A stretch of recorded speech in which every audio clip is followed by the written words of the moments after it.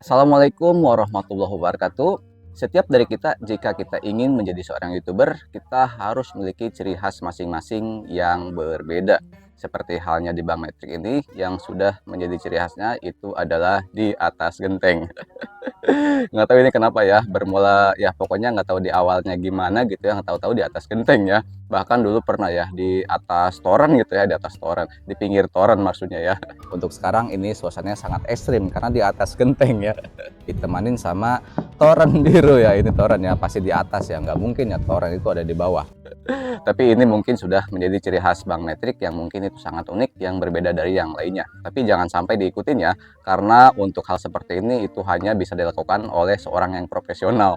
Kalau teman-teman nanti takutnya jatuh ke bawah gitu ya. Mungkin nggak kebayang ya, ini kameranya di mana gitu ya. Apa pakai STGR gitu ya, panjang. Pokoknya itu hal yang penasaran lah buat teman-teman. Oke, seperti biasa di awal video, doa yang berulang yang pasti ijabah buat kalian masuk video ini, yang subscribe dan yang like, serta berkomentar. Saya doakan semoga sehat selalu, sukses, dan berkah. Amin. Sekarang ini banyak sekali para YouTuber yang merasakan resah untuk mendapatkan penonton. Udah pakai cara ini dan cara itu, tapi masih saja videonya sepi. Bahkan ada yang berkata seperti ini. Untuk kita bisa mendapatkan penonton pada video kita, kita nggak perlu yang namanya SEO. Akan tetapi, kita cukup bermain saja di judul dan thumbnail. Jika ada yang mengatakan seperti itu, artinya judul dan thumbnail itu adalah bukan SEO. Hello, yang mengatakan seperti itu, sini ngopi. Ngopi bareng saya di atas genteng, sini ya. Berani-beraninya ya, judul dan thumbnail itu bukanlah SEO. Emang seperti itu kah? Atau seperti apa? Udah, sini aja ngopi bareng saya di sini ya. Biar ngobrolnya enak ya. Kita seruput lesetik di sini ya. Udah nanggung dipegang nih ya. Seruput lesetik aja. Bismillahirrahmanirrahim. Mantul masih ngebul haneut kieu raos pisan. Sepertinya para YouTuber pemula sekarang ini sudah banyak menonton yang ngawur-ngawur. Jadi pikirannya juga ngawur ya. Untuk kita bisa mendapatkan penonton, kita nggak perlu menggunakan SEO, tapi hanya judul dan thumbnail. Lah, emang judul dan thumbnail itu bukan SEO. Nah, ini saya akan bahas di sini ya, biar teman-teman nggak ngawur lagi dan nanti akan bisa mudah mendapatkan penonton di video kita ini ya, di video YouTube ini ya. Karena di sini ada fitur YouTube yang mungkin teman-teman tidak menyadarinya, bahwasanya itu bisa membuat video kita berkembang, bisa mendapatkan penonton, dan juga bahkan nantinya akan bisa cepat dimonetisasi. Yang paling pertama di sini saya akan bahas tentang SEO-nya ya, yaitu adalah SEO. Biar teman-teman bisa lebih memahami tentang arti SEO ini ya, dan nggak ngawur lagi kayak yang tadi ya.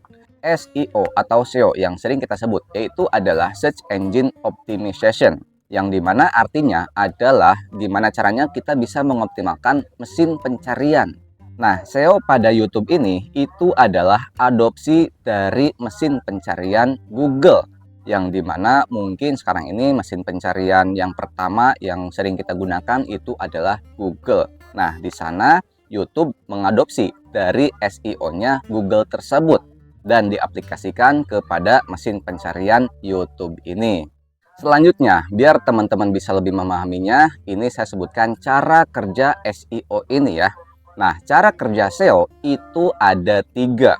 Yang pertama, crawling. Yang kedua, indexing. Yang ketiga, ranking. Nah, teman-teman kalau nggak percaya, cari aja ya di Google ya. Crawling, indexing, dan ranking. Apakah itu benar-benar cara kerja SEO ataupun bukan? Takutnya saya bohong gitu ya. Oke, yang pertama, crawling. Crawling ini adalah yang bisa dikatakan oleh sistemnya YouTube ataupun Google itu semacam seperti halnya laba-laba yang banyaknya kaki. Nah, di sanalah video yang baru diupload itulah di-crawling oleh sistemnya SEO tersebut. Itu dicari ya. Setelah video tersebut di-crawling, nanti video tersebut itu akan di-indexing dan nantinya akan masuk ke ranking. Hasil dari SEO ini itu ada yang namanya SERP, Search Engine Result Page, yang sering kita sebut adalah video muncul di halaman pertama. Nah, sekarang bagaimana sistemnya itu meng-crawling video-video kita? Nah, disinilah kita itu harus menggunakan yang namanya judul. Nah, artinya judul ini itu adalah termasuk dari bagian SEO. Nah, gimana kalau video kita itu tanpa judul? Ya, nggak bisa nantinya di-crawling oleh si sistemnya YouTube. Yang ada nanti masuk ke rak mana gitu ya. Seperti yang pernah saya bahas, ketika video baru upload, itu nanti akan dikategorikan di rak mana video itu masuk. Nah, disinilah pentingnya itu judul. Dan judul itu masih masuk ke kategori SEO. Di samping judul itu ada yang namanya deskripsi. Yang pernah saya bahas, deskripsi di awal video ataupun di awal kalimat itu harus kita tulis yang benar-benar mungkin orang sering cari. Karena setiap orang-orang mencari video ataupun konten di penelusuran YouTube itu ya, dengan kata kunci yang mereka cari, maka nanti kan akan ada muncul beberapa video. Nah, teman-teman bisa di sana melihat deskripsinya. Deskripsi yang muncul ya, yang muncul saat di pencarian. Nah, di sana di deskripsinya itu ada dua tipe huruf. Yang pertama adalah huruf biasa, yang kedua adalah huruf bold. Nah, huruf bold itu adalah yang sedang orang cari tersebut, itu kata kuncinya.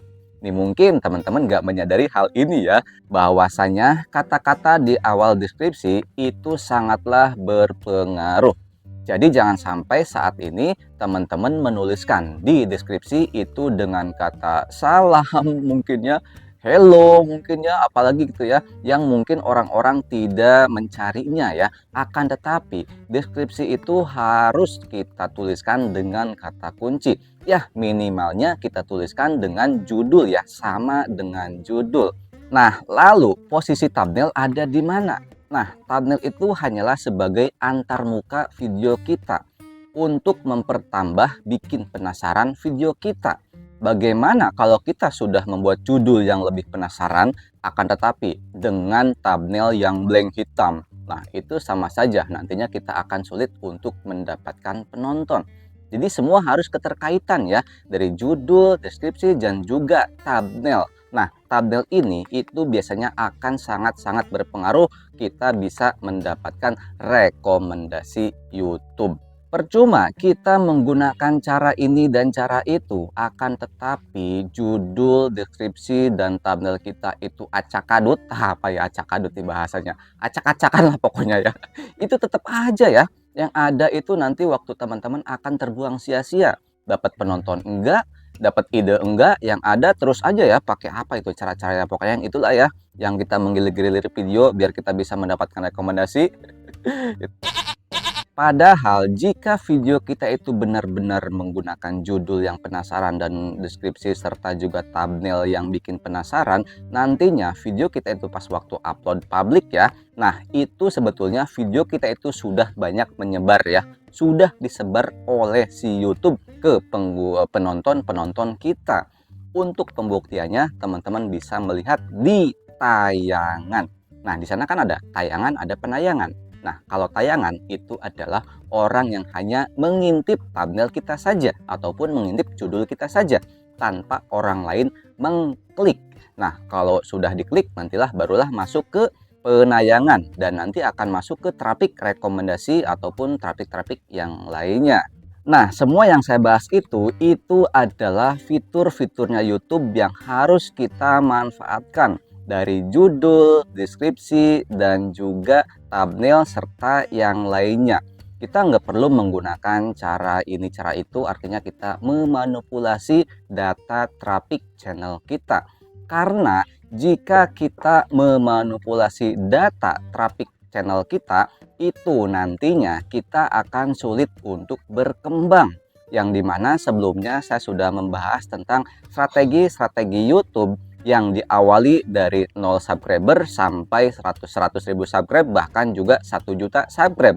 Nah, di sana dibahas kapan kita menggunakan kata kunci dan kapan kita tidak menggunakan kata kunci. Nah, sekarang gimana jadinya jika channel kita itu data trafiknya dimanipulasi?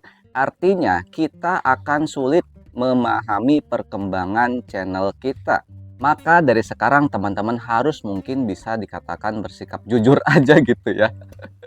Jujur artinya ya menggunakan fitur-fitur YouTube yang ada di YouTube ini yang harus kita manfaatkan, yang nantinya kita akan bisa melihat perkembangan ataupun kekuatan channel kita.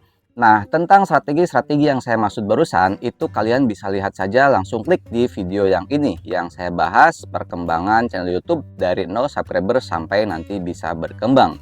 Terima kasih dari saya, semoga ini bisa bermanfaat. Sampai jumpa di konten-konten selanjutnya dan selalu sukses buat kita bersama.